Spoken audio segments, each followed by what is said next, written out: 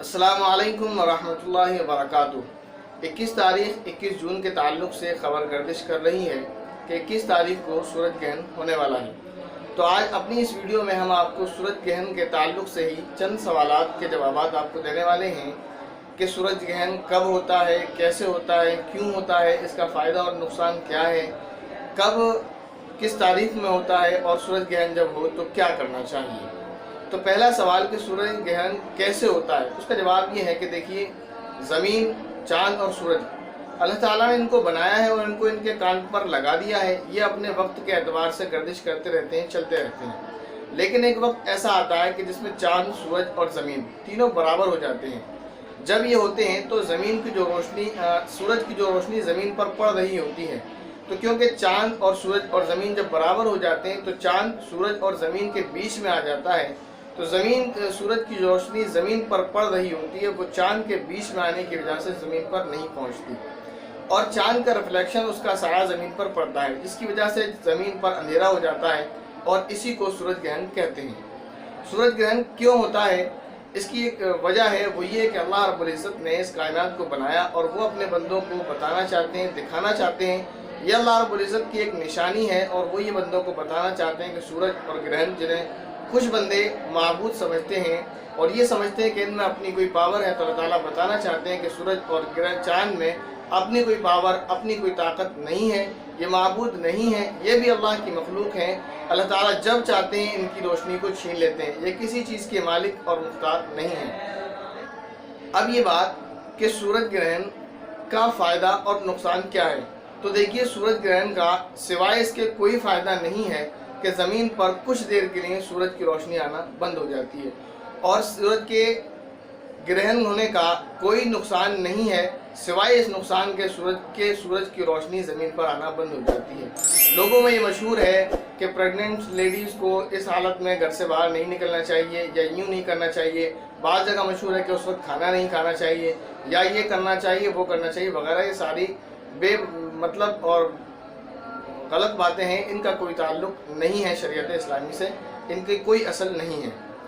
जब सूरज ग्रहण हो जाता है तो उसका दुनियावी कोई फ़ायदा और नुकसान नहीं है सिवाय इस एक फ़ायदे और नुकसान के जो मैंने बतला दिया कि रोशनी आना बंद हो जाती है और गर्मी भी रुक जाती है। यही एक फ़ायदा और यही एक इसका नुकसान है।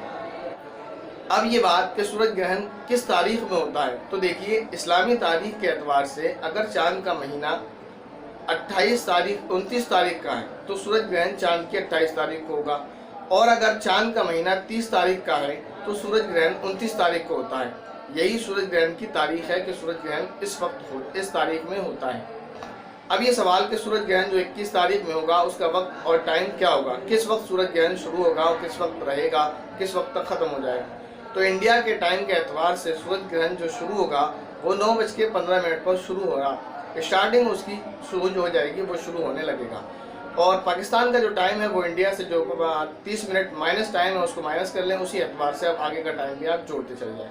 तो सूरज ग्रहण की जो स्टार्टिंग है वो 9:15 पर है। उसके बाद सूरज ग्रहण जो हो जाएगा वो तेज़ी से जो बढ़ना शुरू होगा आगे की तरफ, वो 10:17 पर।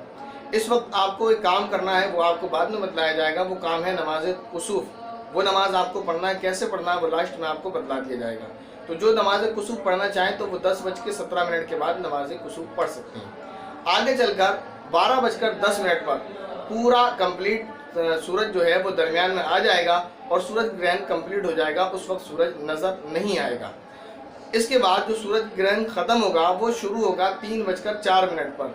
3:04 पर सूरज ग्रहण ख़त्म होना शुरू हो जाएगा और जाकर एक वक्त में सूरज ग्रहण बिल्कुल ही ख़त्म हो जाएगा। तो इस वक्त में जो लोग चाहें कुछ करना तो वो सिर्फ ये करें जो अहादीस के अंदर बताया गया, नबी पाक सल्लल्लाहु अलैहि वसल्लम से साबित है, वो ये कि इस वक्त लोग नमाज कुसूफ पढ़ें। उसका तरीक़ा क्या है, वैसे तो नमाज कुसूफ जमात के साथ होती है। अगर आप जमात के साथ पढ़ेंगे तो फिर आपको इमाम की इब्तिदा करना है, वहाँ आपको कुछ नहीं करना है। इमाम साहब 2 रकात नमाज़ पढ़ाते हैं और जैसे इमाम की इब्तिदा में नमाज़ पढ़ी जाती है वैसे ही आपको नमाज़ पढ़ना है।